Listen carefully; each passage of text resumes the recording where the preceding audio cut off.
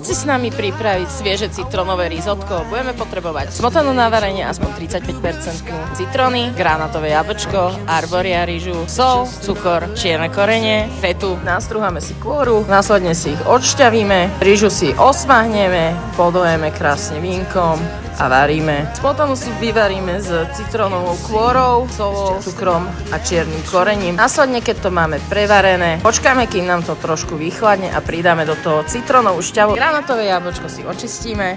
Áno, je to piplačka, my to vieme. Granátové jablčko máme načistené. Feta sír si nalámeme, pomrvíme a pripravujeme si risotko, si následne prehrejeme rýžu s vývarom, dodá nám to krémovú a lepšiu chuť. Pridáme si našu smotanku, následne zdobíme na tanier s granátovým jablčkom, feta sírom a metou. Prajeme vám dobrú chuť.